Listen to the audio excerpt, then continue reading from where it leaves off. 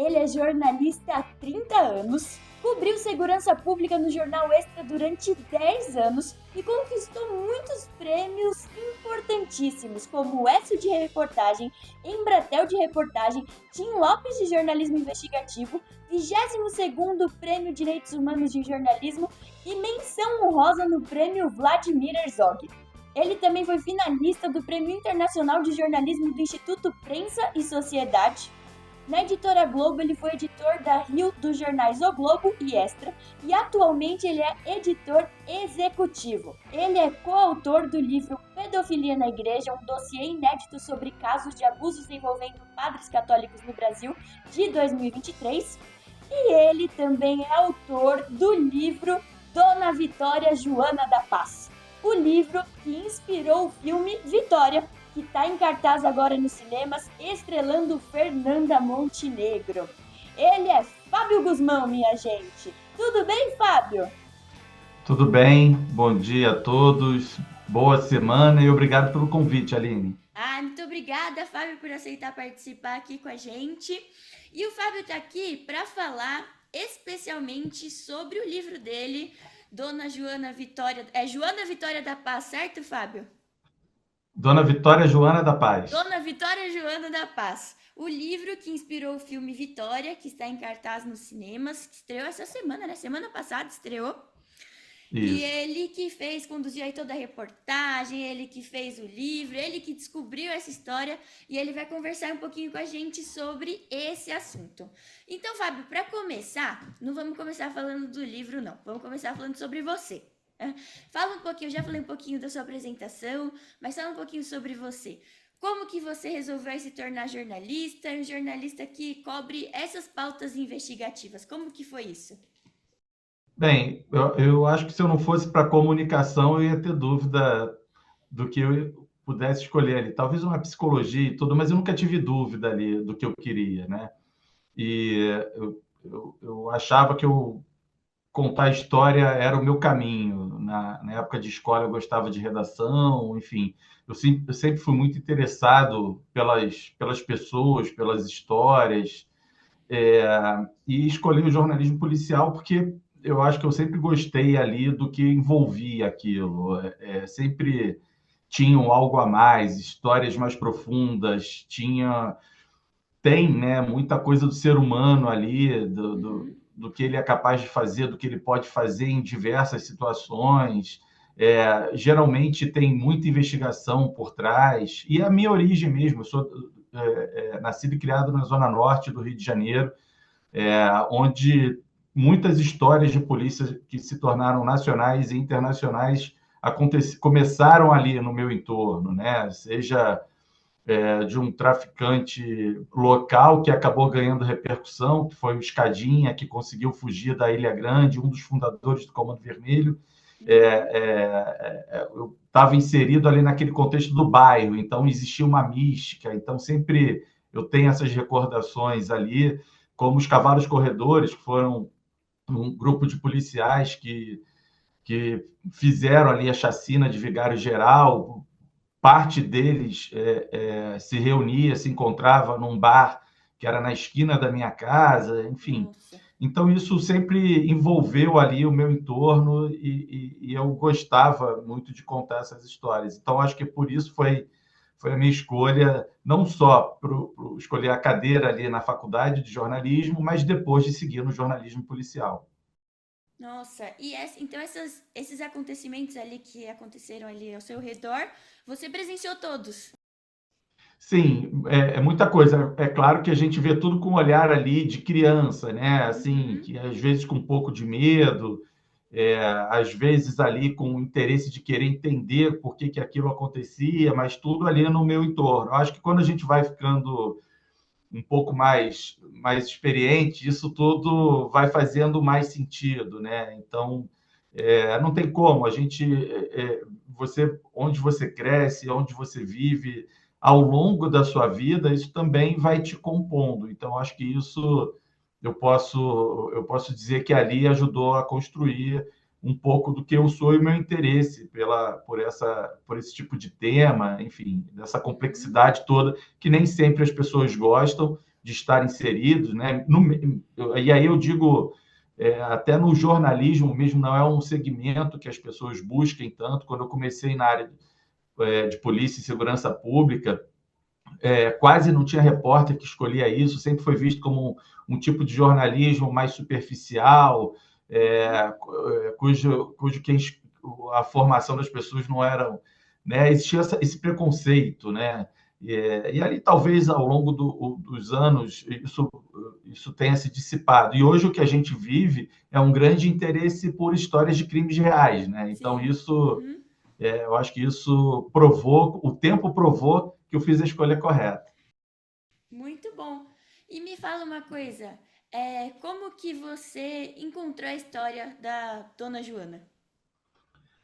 Foi numa ronda em delegacia. Eu estava. O que a gente chama de ronda no jargão do jornalismo ali é você ir visitando delegacias pessoalmente, batendo de porta em porta, como a gente diz, buscando uma história diferente. Era uma história para o jornal ali de domingo, do jornal Extra. Geralmente as matérias do jornal de domingo, elas são matérias o que a gente chama também no jargão de mais frias, ou seja, que são feitas sem ser aquele factual do que está acontecendo hoje, né? Assim, Uhum. então, são matérias que a gente precisa de mais ali, profundidade nesse sentido para que ela tenha interesse das pessoas, para que ela funcione. E aí eu tinha acabado de passar na Coordenadoria de Inteligência da Polícia Civil do Rio de Janeiro, e aí um policial falou, poxa, acabou de passar por aqui uma senhorinha, ela deve ter uns 80 anos mais ou menos, e deixou umas fitas de vídeo com a gravação do tráfico na ladeira dos Tabajaras. Eu pedi para ver, tinha uma televisão pequena e com som, o volume estava baixo, e ele botou lá no videocassete a imagem que veio era de bandidos armados, pistolas, não aparecia fuzil na época, tinha uma história ali, mas não era nada do que Uhum. uma grande novidade, a não ser a novidade de ser na ladeira dos Tabajaras, ali em Copacabana, que é um dos cartões postais do Rio de Janeiro. Não a ladeira, Copacabana. E aí eu falei, pô, legal, tem uma história, eu pedi as fitas, ele falou, não, deixa a Marina, que era a inspetora, que era a chefe do setor, voltar do curso que ela está fazendo, e aí você pede para ela. E aí se passaram mais 2 semanas, foi quando eu consegui convencê-la a me emprestar as fitas, na condição de que eu não publicaria nada, por óbvio, e em off. E aí eu levo as fitas para casa e quando eu assisto pela primeira vez, coloco no videocassete e assisto de fato pela primeira vez enquanto eu jantava e eu aumento o volume, eu sou impactado e aí eu Nossa. não consigo nem terminar de comer, né? Porque eu sou impactado com um relato visceral, real, um diário eletrônico ali do que aquela mulher estava vivendo, né? Que Meu aí eu Deus. fui descobrir que era a dona Joana Zeferino da Paz. Uhum. E fala aqui pra gente, pra quem tá assistindo, o que tinha nesses vídeos, como que eram os vídeos? Continuava sendo os bandidos ali armados, traficando, usuários comprando drogas, todo tipo de usuários, crianças consumindo cocaína, e aí eu falo crianças mesmo de 7, 8, 9, Meu 10 Deus. anos, muito pequenas, bandidos meio que ameaçando as pessoas com armas, um movimento, uma rotina de fato ali. O que tornava a história poderosa é que o que menos importava era o que estava da janela para fora. O que importava de fato era o que estava da janela para dentro, que eram os relatos ali que ela fazia. E ao mesmo tempo eu começo, que a gente chama de decupar, né? Tirar, anotar qual minuto, a cena, com o áudio, o que ela falava. E ali eu começo a trabalhar já durante a madrugada inteira, não consigo dormir, só já tirando isso, as melhores cenas, né? E aí até chegar no dia seguinte, levar para o jornal e quebrar o primeiro acordo que eu tinha me comprometido com a Marina, que era de não falar com os meus chefes, né? Mas eu não aguentei e aí contei o que gerou a minha primeira grande briga ali com ela, né? Por medo que ela tinha de que aquilo se tornasse, a gente fosse além e publicasse, o que jamais aconteceria, porque pelas imagens já era possível ver que era tudo muito perto mesmo, era muito difícil Nossa. da gente publicar com ela ali, e aí a gente não negociaria. E me explica uma coisa, porque assim, eu sou de São Paulo, né? e outras pessoas que estão assistindo pode ser de outros lugares. Como que funciona, assim, esse negócio da ladeira dos Tabajaras, da questão ali do tráfico, das favelas ali do Rio de Janeiro? Como que funciona, assim? Explica para quem não é de lá, como que pode entender, assim, como que funciona isso. A ladeira dos Tabajaras, ela compõe ali não é um complexo, mas o início de um morro que vai dar no Morro dos Cabritos. Então, ela é um dos acessos ao Morro dos Cabritos, e a ladeira dos Tabajaras é um dos pontos de venda de droga, que é um ponto relevante, porque é o primeiro acesso de quem está no asfalto para entrar ali e conseguir, de uma forma mais rápida e acessível, comprar na boca de fumo ali do tráfico. É uma comunidade, né? Em Copacabana existem outras comunidades, como Morro da Babilônia, o Chapéu Mangueira, mas fica um pouco mais distantes dali. Então, isso fica justamente num ponto muito, muito central ali, em que o turismo é muito forte. Então, além de consumo interno, o consumo do exterior ali, seja de turistas, seja de pessoas fora do bairro, se dava de forma mais simples pela Ladeira dos Tabajaras. Essa mesma quadrilha, que tinha um chefe ali que se chamava, e estava preso, que se chamava Ronaldinho. Eram dois chefes, né? Era o Gilson e Ronaldinho Tabajaras, que comandava o Morro dos Cabritos, a Ladeira dos Tabajaras, e um morro que ficava atrás, que era o Santa Marta. Uhum. E ali eles estavam, justamente quando ela começa a filmar, tem uma briga interna, o Ronaldinho, mesmo preso, consegue tomar todo o morro. Então Nossa. ela pega ela não filma a guerra, mas ela pega uma transição ali dessa quadrilha. Tudo fica ali, a entrada do prédio dela fica pela praça ali do bairro Peixoto, que é um lugar bucólico ali, daquele fervo todo de Copacabana, um lugar que já foi cenário de novelas e tudo. Então, era um ponto muito importante para essa quadrilha do Comando Vermelho. Nossa, e ela pegou ali, então, uns trechos muito importantes, né, do que estava acontecendo ali. E me Isso. fala, você pegou as fitas lá na delegacia e tal, como que você fez para ter o contato com a dona Joana?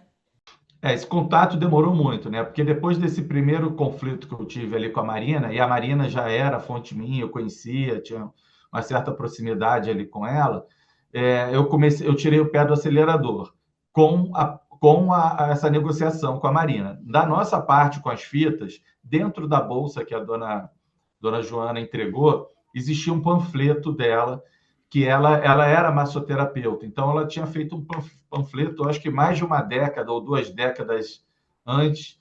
Você via que era um papel muito antigo e tudo, e tinha o nome completo dela e o número de telefone. E com aquilo, eu começo a pesquisar sobre ela. E ela diz numa das fitas que estava processando o Estado. Aí eu descubro o processo, tiro cópia do processo, só que eu não faço contato com ela diretamente. Primeiro, para ela não se assustar, já que ela tinha levado as fitas para a delegacia, e as fitas ela queria que de fato ela foi buscando a Marina, ela queria entregar para a Marina, ela tinha visto algumas entrevistas da Marina pela televisão, e aí levou. Então eu fiquei respeitando aquele tempo. Só que a Marina começou a me enrolar, porque ela de fato precisava investigar a quadrilha, porque também não faria sentido, né, se não tivesse, e não me apresentava. E eu já sabia tudo dela, e eu também não queria fazer o contato diretamente para, de novo, não quebrar a confiança e também não assustar a dona Joana. Só que isso levou de março a agosto de Nossa. 2004. Eu fiquei meses aflito, angustiado, e tudo com relação à Ladeira dos Tabajaras, tentar identificar, eu comecei a fazer por conta própria, eu não fiquei esperando Uhum. também, eu fiz a minha própria investigação. E aí, em agosto, quando a Marina é transferida, e a Marina e sua equipe eles são transferidos de delegacia, eu vou e dou ali um ultimato para a Marina. Eu falei, olha, eu sei o que está acontecendo, você está me enrolando há meses, eu preciso conhecer ela, né, fez as imagens. Ela, ué, mas eu achei que você não quisesse mais a história. Eu falei, pô, você tá maluco? Eu te Gente, falei que era a história da minha vida. Ela, não, então vamos, eu te apresento aqui. Eu falei, tá bom.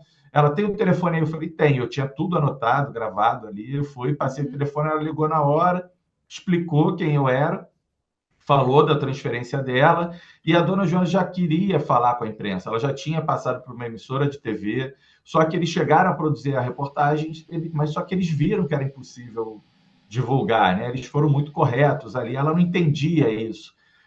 Para a pessoa que está há muito tempo fazendo aquilo, aquilo é algo normal, né? Algo que tanto medo assim. Vez ou outra o medo vinha mais forte. E aí ela passa o telefone, eu me apresento e a gente combina de se encontrar no dia seguinte, de eu pegar ela em casa e levar até a delegacia para acertar todo mundo de frente ali o que aconteceu. E aí, de fato, no dia seguinte acontece, eu vou com o carro descaracterizado, pego ela em casa, e aí com a Marina fala, ó, agora é com vocês, a investigação não está mais comigo, ficou lá na Simpol, e aí vocês tocam como vocês entenderem melhor. E aí eu peço para conhecer o apartamento dela, ela aceita, e aí já nesse dia eu levo ela em casa, e aí quando a gente vai subir, ela me apresenta para o porteiro como sobrinho dela, e quando eu entro no apartamento e peço para ver ali a janela, ela faz ali, ela toma um cuidado, fecha um pouco a persiana, mas quando eu chego, eu vejo, é impossível, de fato, contar essa história com ela ali inserida nesse contexto, não num lugar com segurança. Era muito próximo mesmo.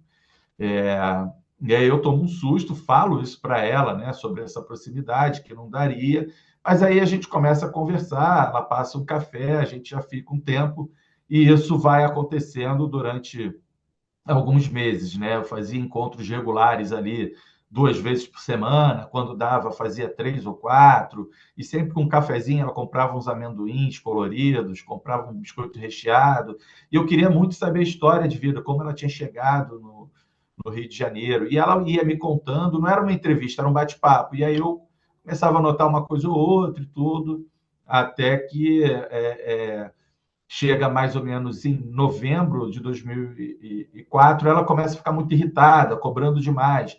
E ela era braba, não era fácil, né? Ela cobrava de uma forma quase que brigando comigo. E eu explicava a mesma coisa: o jornal não vai negociar a sua vida.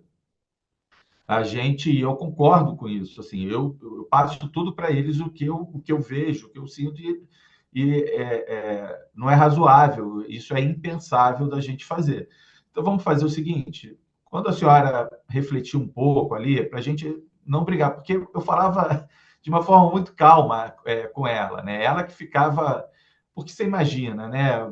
Uma idosa, pô, morou a vida inteira ali, comprou aquele apartamento com dificuldade, estava ali desde 1967. Era muito difícil, de fato, para ela ver tudo aquilo que passou. Ela processando o Estado dizendo, por meio do coronel, que era o comandante do batalhão, dizendo que ela estava mentindo, que não existia nada, e é por isso que ela vai e decide comprar câmera, dá uma entrada de R$ 800, parcela o restante, e, e isso era muito difícil para ela. Eu falei, então vamos fazer o seguinte, vamos dar um tempinho, a senhora se acalma, reflete muito sobre a sua vida e tudo, mas a base vai continuar sendo a mesma. E a gente vai falando depois com calma. E aí, só que isso passou, alguns meses passaram e eu sempre angustiado, né, de assistir ali alguma coisa, pegar um jornal e ler que é uma idosa em Copacabana tenha sido baleada, né, por bandidos, alguma coisa assim. Até que no ano seguinte, em março, tem algumas mudanças ali na redação, e aí eu chamo os editores e falo, olha, eu acho que a gente tem que retomar essa história, e aí formamos um conselho ali com editores, diretor de redação, e ali a gente entendeu que era importante envolver a Secretaria de Segurança.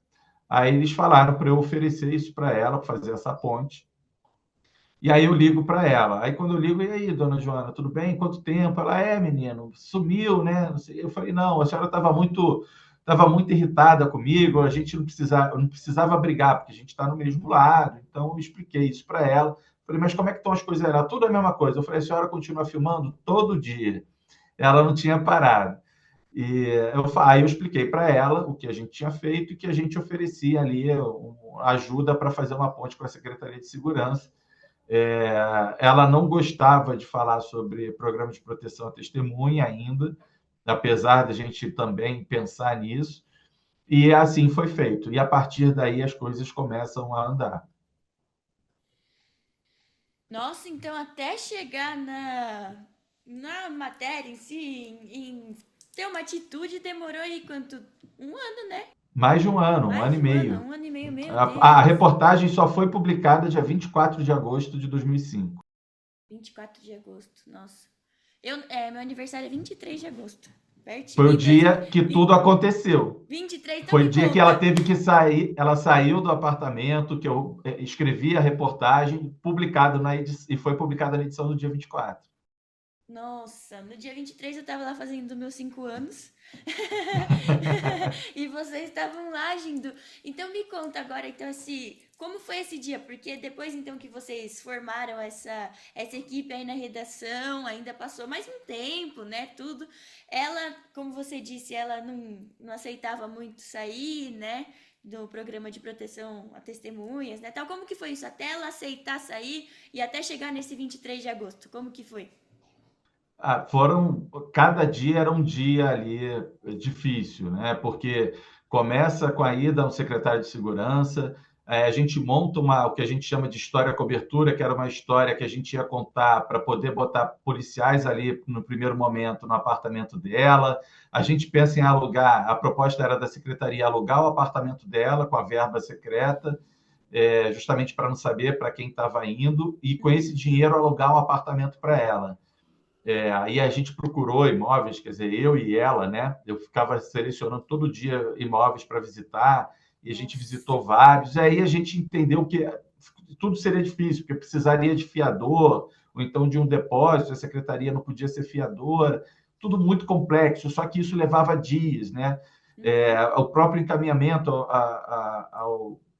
à delegacia ali, no início ela não queria, eu convenci que fosse, né? Quando a gente chega na delegacia, a delegada já chega e fala, ó, não gostei porque veio por cima, e aí você tem que contornar, negociar, amenizar as coisas para que tudo ande, né?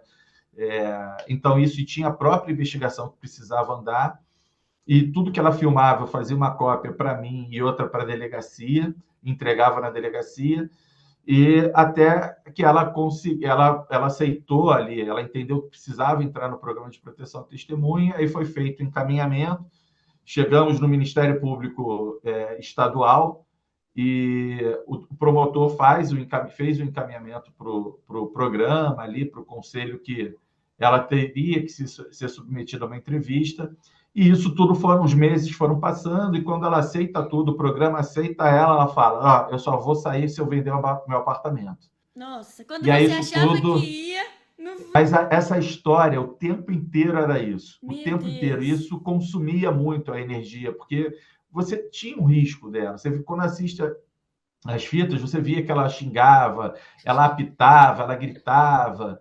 Aí a gente não tinha muita convicção. Eu, por exemplo, do quanto eles sabiam ou não, se só achavam que era uma velha maluca, como diziam, né? No próprio condomínio dela, as pessoas meio que tinham ela assim. Então você fica aflito, né? Eu falei, cara, quem é que vai comprar um apartamento de frente para uma boca de fumo? E Uhum. aí passam-se 20 dias, ela consegue vender para uma pessoa que morava ali no prédio, né? Era casado, só que ele se separa, tinha uma filha e ele queria ficar perto da filha. Então ele compra o Nossa. apartamento. Assim, eu não acreditei naquele dia. Só que eu não entendia muito de burocracia e tudo, até que eu não entendia por que, que o dinheiro demorava tanto a sair. E era o dinheiro ali daquela. O rapaz comprou com fundo de garantia, então até sair o dinheiro demorou mais de 40 dias. Nossa. Então, tudo isso. Só que ela mesma, como ela, a partir do momento que ela vende, ela começa a embalar as coisas, ela já estava vivendo, sabe, num sonho ali quebrado. Assim, o castelo dela tinha ruído, né? Então, Uhum. você via que ela já estava mais exausta e tudo. E nesse meio do caminho, a polícia quebra o acordo da gente de só fazer a operação quando ela tivesse saído. E ali causa. Eu tenho uma briga muito séria com o delegado que estava presidindo o inquérito, Nossa. e, e aí ele lavando as mãos, dizendo que eu tinha que tirar ela dali, que a partir daquele momento, de fato, ela corria mais risco. Se você prende alguém, você Gente. tem que falar, porque é acusação, se não for uma prisão em flagrante. E o medo todo era esse. E você que E, teve que ir e lá tirar. E eu tive que contar isso para ela. Nesse momento, ela fica, de fato, mais preocupada, com medo. Só que ali não tinha jeito. Ela falou: não, mas eu não posso sair, eu tenho que esperar esse dinheiro sair. E aí as coisas vão acontecendo. A polícia continua fazendo operações. Aí eu já não participava mais, porque eu fui nessa primeira operação. Apesar do delegado querer me proibir, eu falei: ó, quero ver quem vai me impedir de estar aí amanhã de manhã vendo o que vai acontecer aí, o que pode acontecer com ela e tudo. Botei o colete, a prova de bala, fui. Tiveram duas prisões nesse dia e depois as prisões foram acontecendo, né?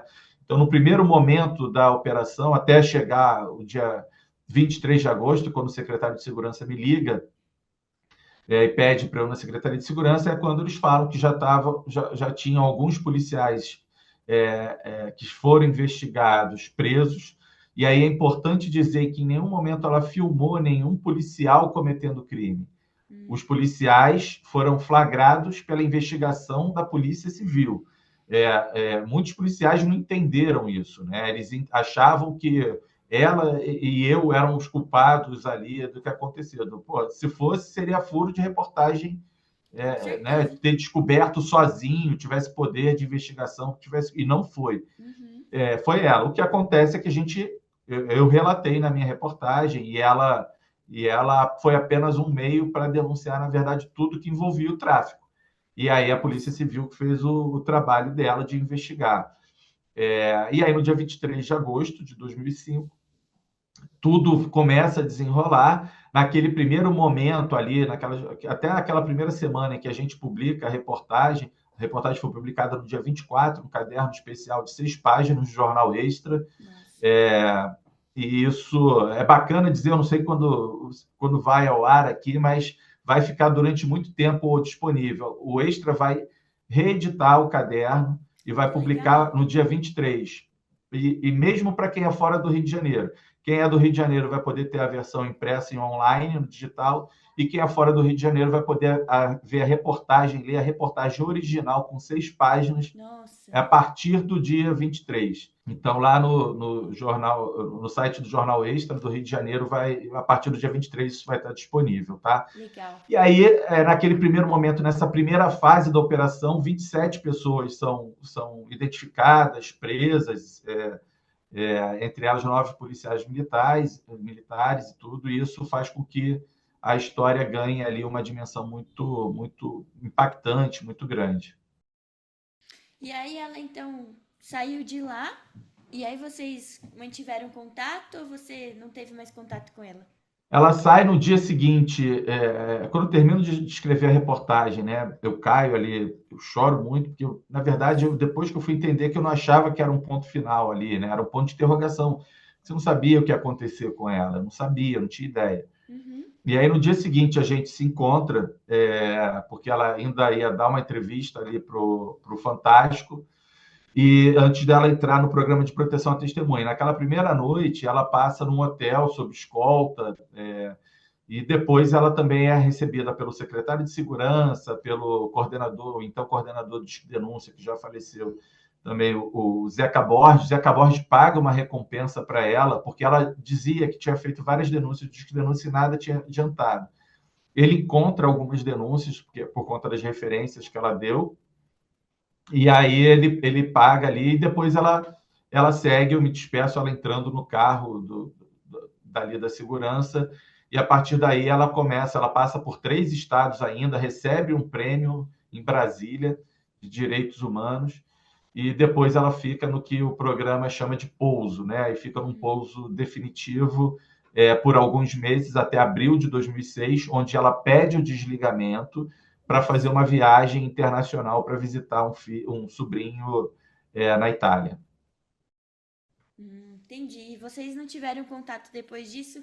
Depois disso, a gente teve um contato ali, ainda em 2006, eu vou reencontrá-la. Quando ela retorna de viagem, ela estava meio brava com o pessoal do programa, e ali é um problema, porque quando você é desligado do programa, você não pode reingressar. Importante dizer que o programa, as leis brasileiras sobre o programa de proteção à testemunha, elas permitem que você fique 2 anos, prorrogáveis por mais 2 anos. Você não muda de identidade. A lei não permite. O que você ganha é um codinome, todas as movimentações sobre sua conta e tudo é feito pelas pessoas do programa com para causar a confusão mesmo, é a confusão no bom sentido, porque ela não sacava a aposentadoria dela, por exemplo, no lugar que ela ficava, era alguém que sacava, além Nossa. da ajuda que ela tinha ali do programa, né, para Uhum. se sustentar. Então, tudo isso, quando ela volta, ela está meio chateada, nem a mim ela procura. E aí um sobrinho convence ela a falar comigo, e em julho de 2006 eu reencontro ela em Alta Floresta, no Mato Grosso, porque ela retorna para o Brasil e vai reencontrar o irmão, Uhum. que era o irmão mais velho dela, a família dela. E aí eu vou visitá-la, ela diz que quer sair dali também, né? Ela era muito, ela aprendeu a viver sozinha durante muitas décadas. Uhum. Então era para ela ter o lugar dela era importante. Ao mesmo tempo, eu faço contato com o presidente do conselho ali do Programa de Proteção à Testemunha. Na época era o procurador federal Marcelo Miller. Hoje ele não é mais procurador, mas na época ele era. E eu explico para ele o que está acontecendo. Ele diz que não era permitido voltar por lei, enfim, pelas resoluções, melhor dizendo, do programa, porque isso poderia botar em risco as pessoas. E aí eu explico para ele que, assim, se algo acontecesse com ela, eu teria que contar toda a história, tudo que a gente Uhum. estava vivendo e que ela foi impossibilitada de retornar ao programa. E aí eles aceitam, ela reingressa no programa e a partir dali ela já vai para Salvador, já vai morar em Salvador. E passam mais alguns meses, eles conseguem ali comprar um apartamento para ela e ela começa a viver até, de fato, ser desligada, salvo engano, ali em 2007. E a partir daí eu quase não tenho contato com ela. Ela mandava e-mail e tudo, porque tinha muita questão de segurança, ainda estava tudo muito Uhum. vivo, né? O processo ainda corria, as coisas ainda estavam acontecendo. E aí o tempo também vai separando, né? O tempo foi dando, a gente se revê em 2014 e depois, pela última vez que eu a vi e falei com ela, foi em fevereiro de 2020, um mês antes da gente entrar na pandemia, quando uma vizinha dela fez contato comigo, e aí ela fala comigo, menino, onde você está? Vem, parecia que ela tinha me visto um mês antes. Aí a gente conversou alguns minutos ali, e aí depois eu não a vi mais. E como que vocês tomaram os cuidados para proteger aí a identidade dela? Quais foram os cuidados que vocês tomaram, tanto para a reportagem quanto para o livro, e como foi esse processo de virar livro? A reportagem, esse processo, né, que eu relatei desde o início até o momento de escrever a reportagem, em que a gente normalmente usa o X, o Y, né? E aí eu chego para o meu então editor executivo, Otávio Guedes, e eu falo, cara, eu não vou escrever ali X e Y, eu preciso de um nome para ela, porque ela já está perdendo o nome dela, a identidade dela. A gente precisa dar uma outra. E aí ele fala, Dona Vitória, porque era uma homenagem mesmo, porque Uhum. entendia que o que ela tinha conseguido fazer era uma vitória, de fato. O livro vem na semana seguinte, eu já tive a ideia, porque no dia seguinte foi uma explosão, foi um fenômeno mesmo, a repercussão da reportagem, e as pessoas tinham muita curiosidade sobre ela, sobre os bastidores, como eu tinha conseguido operar aquilo.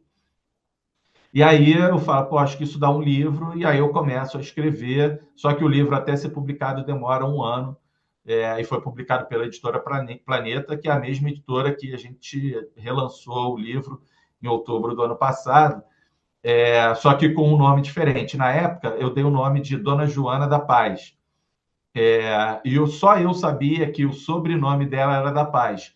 E era a Ah, única forma que eu tinha dela ter um pouco da identidade, ela se reconhecer ali, dentro do livro. E que foi uma coisa que ela não gostou. Ela queria já no dia seguinte que o nome dela fosse revelado. Quando ela viu a repercussão, também ela estava muito feliz, né? Disse que estava com a alma lavada e tudo. Mas, mesmo no livro, eu falei, ó, não tem como, e ela ficou brava com isso, ela não gostou, não. Mudei até o nome de alguns lugares ali de fazenda, onde ela nasceu, porque eu comecei a ver que tinham algumas referências. É um excesso de zelo, dá para achar sim, mas no quanto você vai saber que é o suficiente para proteger uma pessoa? Então, acho que sempre todo cuidado é pouco. Então, o que pôde ser feito, a gente fez. E tanto que agora, quando a gente foi reeditar o livro, né, que ganhou o nome Dona Vitória Joana da Paz, e com a foto dela de frente mostrando o rosto, era uma forma de homenageá-la também, mas a gente decidiu manter a primeira parte como estava ali, né? É, e que era, a gente entendia que aquilo fazia parte do contexto, fazia parte da construção de toda a narrativa possível. Então, era um documento Uhum. histórico. Então, isso para a gente foi um ponto fundamental e mostrava para quem chegasse hoje, foi o que você falou aí, você brincou, né? Eu tinha 5 anos na É. época, para vocês entenderem o que a gente pôde fazer para preservá-la, né? Já nesse primeiro momento, quando eu anuncio que eu vou escrever o livro, a gente já é procurado, eu sou procurado ali pela conspiração, pelo Andrucha, e eles demonstram interesse de contar essa história. O Andrucha também, quando desde o primeiro momento ele já fala que é uma história que ele só poderia contar para 15, 20 anos depois. Uhum. E ali né, eles conversaram comigo e conversaram com ela também. E isso deixou ela muito feliz, muito lisonjeada, né? E desde aquele primeiro momento ela já falava e assim, será que a dona Fernanda Montenegro vai me Olha só. interpretar? Ela vai fazer o meu papel? Ela Olha gostava só. muito da dona Fernanda. Uhum. Ela citava sempre a indicação dela, o Oscar por Central do Que Brasil era e recente, tudo. né? Naquela época. Isso, É. exatamente. Então estava tudo muito vivo Uhum. e ali na memória dela, né? Mas ela mesmo falava assim: "Ah, eu acho que ela não vai fazer não. Imagina quem sou eu para ela me interpretar?" Eu falei: "Não, a senhora tem uma história de vida Uhum. profunda. O que a senhora fez merece sim. Agora, eu não tenho a menor ideia de como se produz e como é feito qualquer coisa relacionada a cinema, os convites, se ela vai poder aceitar, se ela vai estar com outro trabalho. Uhum. Só que isso até a história acontecer levam, né, muitos anos se passam. E nesses anos, o Breno Silveira ele demonstra interesse porque eles ganharam no mesmo ano o prêmio Faz Diferença do jornal o Globo. Uhum. E naquele ano o Breno se encantou com a história dela e aí conversou com o Andrucha, perguntou se podia contar essa história e o Andrucha falou: vai fundo, acho que essa história merece ser contada mesmo. E a partir daí o Breno abraça fortemente o projeto, era um projeto muito importante ali para ele, né? E com um roteiro já sendo escrito pela Paula Fiuza, que era a esposa dele. Até que no início das filmagens, infelizmente, acontece, o Breno morre no primeiro dia de filmagem no Nordeste. Meu Deus. Que coisa, né? Então, ele nem conseguiu concluir, né? Mas ele fez o roteiro. Ele colaborou no roteiro que é Colaborou no roteiro. Da Paula Fiuza, né? Mas assim, eu hoje vejo o tempo, tudo que envolve essa história tem muitos significados, né? Se Uhum. não tivesse, teve o início ali com a Andrucha, mas se não fosse o Breno tirar isso ali né, da Do papel. gaveta, Uhum. que virou de fato a história que ele estava muito apaixonado, que ele queria contar, a gente conversou ali umas duas, três vezes, e ele estava muito empolgado com o projeto. Então, sem ele, eu acho que talvez essa história Não não tinha fosse ido. contada ou fosse demorar um pouco mais, enfim. Aí a gente não sabe, né? Mas de Uhum. fato ele foi uma peça fundamental ali. Eu acho que sem ele ali e sem a Paula também, né? Nessa conexão e tudo, talvez a história fosse outra. Então o filme demorou 20 anos aí pra. Desde que eles. Porque assim, quando você assiste o filme, você imagina que assim, em um ano eles conversaram com você, tudo, adaptaram e pronto, né? Não imagina que desde aquela época eles estavam já em contato, já estavam pensando em tirar a história do papel para virar filme, né? Que interessante, né? E aí me fala, eu assisti o filme, né? Ainda não li o livro, me perdoa, mas eu vou ler com certeza. Antes da gente falar do filme, mais do filme, me fala uma coisa. A segunda versão do livro, a segunda edição do livro tem várias adaptações, certo? Que nem você falou do título. Para quem leu a primeira versão e agora que ela é a segunda, tem muitas coisas novas, coisas que vocês revelaram, porque o livro foi publicado após o falecimento dela, certo? A segunda edição. Sim, certo. Então tem coisas novas. Quem leu o primeiro e agora quer ler o segundo vai ter mergulhar aí mais na história. Sim, não vou dar spoiler do livro, Não, mas sem tem, spoiler. tem bastante coisa, sim. Eu acho que tem algumas surpresas Uhum. ali. E eu tenho o seguinte também: toda vez, eu já assisti o filme 6 vezes. Toda vez que eu assisto, por exemplo, eu vejo uma camada nova do filme, seja na interpretação da Dona Fernanda, seja na interpretação do Alan Rocha, que interpreta o Flávio Godoy, que é o jornalista, e que, assim, eu acho que nem eu saberia me interpretar tão bem como o Alan conseguiu. Ele captou a minha alma, assim. É um cara muito sensível, um ator grandioso, assim. E não só sou eu que falo, os meus filhos falam, enfim, minha esposa fala, então isso é importante. Então o livro ele traz novidades, sim, e eu acho que mesmo quem leu em 2006 vai ganhar novos contornos. Quando você lê a história, né, você é uma outra pessoa. Então, eu acho que vai encontrar novidade mesmo naquela parte em que você tem toda a trajetória dela, né? Então a gente entendeu que essa atualização era importante, essas de 2006 para cá, e Uhum. colocamos mais imagens, mais texto, né? Tudo que ela falava mais, a gente aumentou esse espaço também, fez um caderno ali de imagens, né? Com papel diferente, tudo. A edição tá muito linda. A Planeta tratou ali com muito cuidado, muito carinho ali. Foi Caprichou. bem, tá um produto que vale a pena ler e ler com cuidado. E todo mundo diz que ele é muito rápido, que lê em 2 dias. Convido a todos aí a lerem. Depois me fala e coloca aí nos Eu vou te reviews falar. também aí o que achou do livro. Beleza. Falando agora mais um pouquinho sobre o filme, você que já assistiu aí várias vezes, acompanhou esse processo, é autor do livro, você como autor do livro, como que você vê as adaptações feitas? Você acha que faltou eles colocarem alguma coisa? Você acha que eles adaptaram de um jeito que mostraram que você viu e você assim, nossa, ficou incrível, tal? Como que é isso? Não, eu acho que a história está incrível. O Breno falou para mim numa das conversas, né, quando ele vai apresentar o roteiro, ele explica um pouco sobre o processo da ficção e o quanto a ficção ela ajuda aí a palavra não é bem corrigir, mas eu vou usar corrigir, né? As imperfeições da vida real. E aí o que ele quis dizer é a poesia, né? Nem tudo na nossa vida, o que a gente vive, ela é acabado por completo. E ali a liberdade que é ficcional ali que existe, né? Quando você está adaptando ali uma obra e por isso que o termo é inspirado, né? A obra vira uma inspiração para aquele livre para que a arte ela não tenha amarras e ela consiga comover as pessoas, dar soluções para coisas que a vida real de fato ela não foi tão perfeita ali para ter aqueles contornos que uma obra como é um filme para cinema ela tem.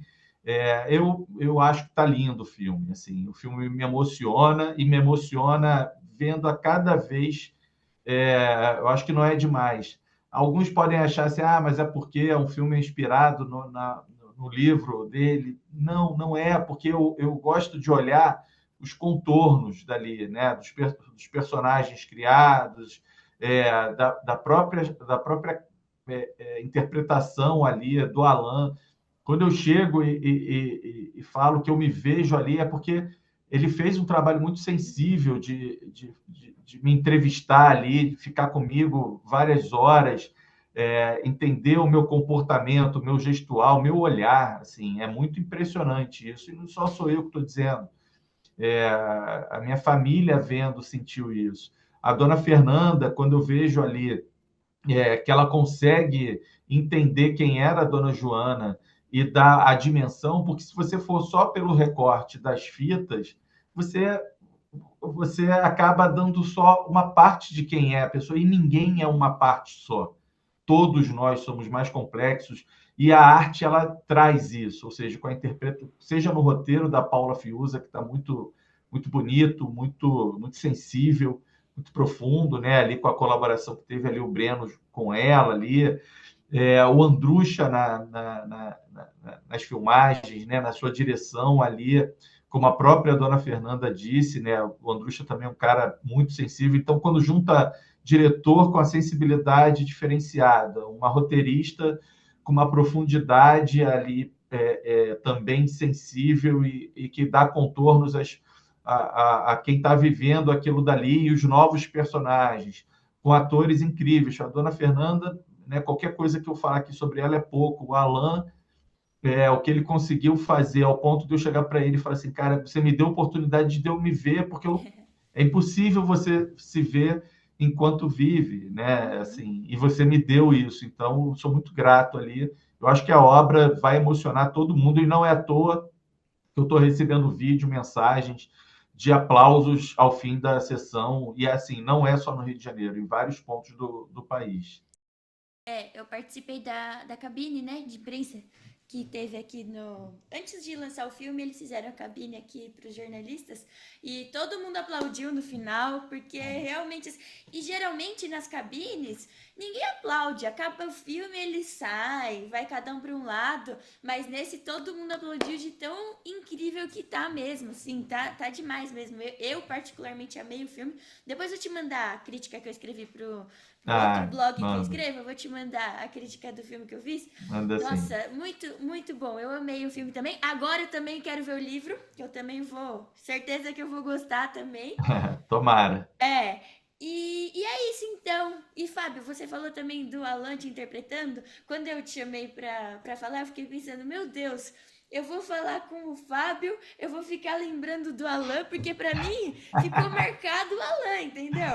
Que é ele Sim. lá. Então quando você contou, você é impressionante, porque você contando como que foi lá no dia, você falando com a delegada, eu imaginava a cena do filme, assim, sabe? Porque normal, né, isso acontecer. Então, mas muito bom, foi muito bom mesmo. Amei nossa Que bom. conversa. Também curti. Ai, que bom. Você é meu primeiro convidado aqui das minhas entrevistas do Ali Vou Eu. E aí eu quero te Tomara que traga pedir. sorte aí, Vai hein? trazer, vai trazer. E eu quero te pedir para você deixar um último recado e nessa sua mensagem final, do que você achar importante falar, você também falar os seus contatos, onde as pessoas podem te encontrar, acompanhar seu trabalho, o livro, o filme, tudo que você puder falar. Não, primeiro quero agradecer a Aline, desejar a você todo o sucesso aí que você, né, já está batalhando para ter. Me sinto honrado de ser a primeira entrevista aqui. Eu quero deixar aqui um convite para as pessoas para que elas assistam o filme. Já terminou de assistir, já entra aí no site, já assista a Vitória. Eu acho que vai ver um filme ali que emociona mesmo, um filme profundo. E assim, no melhor momento do cinema nacional que a gente está vivendo. E aí, assim, convidar para ler o livro é o mínimo que eu posso fazer. Vocês vão se apaixonar ali. Eu acho que são coisas distintas, são obras distintas, então elas se complementam entre si. Eu acho que fica a experiência mais completa. Então, tá aí nas melhores livrarias. Quem gosta de comprar online, eu já vi aqui algumas promoções do livro. E assim, leiam, comprem online Dona Vitória, Joana da Paz, Fábio Guzmão, e depois mandem para mim, mas também coloque os reviews, tá? Isso é importante ali para a gente. Eu estou ali nas redes sociais, Fábio, no Instagram, @Fábio Guzmão, no X, @Guzmão Fábio, estou lá no TikTok também. Tá fácil de me achar, estou no LinkedIn e eu aceito todo mundo. Aqui, minhas redes são livros abertos. Ai, que bom. Pena que a gente tá online, né? Aí não dá pra dar aquele abraço, né? No livro não dá pra autografar, né? Porque a gente tá à distância. Mas a gente ainda vai se encontrar ao vivo um Vai dia. sim, vai sim. Aí você leva o livro, vai ser um prazer. Opa, pode deixar. Deixa eu te falar, Fábio. Agora como você é meu primeiro entrevistado, eu vou fazer isso com os próximos entrevistados também. Mas eu queria que, se você pudesse falar aqui agora, quem você acha que eu tenho que convidar aqui para participar também das nossas entrevistas? Uma pessoa aí que você acha que tem que ser entrevistado aqui no Ali Vou Eu. Se você quiser pegar essa, para as pessoas terem uma noção, já falo para convidar o Alan Rocha, que é um Opa! cara incrível, é um ator incrível. Ele está além, né, de interpretar o Flávio Godoy em Vitória. Ele está com uma peça que saiu de São Paulo, foi para o Rio, que é Martinho, musical, Opa! que ele também está dando um show, ou seja, e é um cara muito profundo, com uma história ali de vida também muito bacana ali. Então, eu acho que você fecha aqui um Opa, conceito ótimo! até. Vou falar com ele então, e você vai ter que me pôr em contato com ele, né? Pra eu Sim, conseguir falar claro. com ele. E aí ele vai vir aqui na Livo Eu, então pessoal, aguardem que a gente vai ter então entrevista aí com o Alan Rocha também para completar aí o ciclo da Vitória. Então muito obrigada, Fábio, foi um prazer falar com você. E é isso, muito obrigada. Tchau, obrigado, prazer foi meu.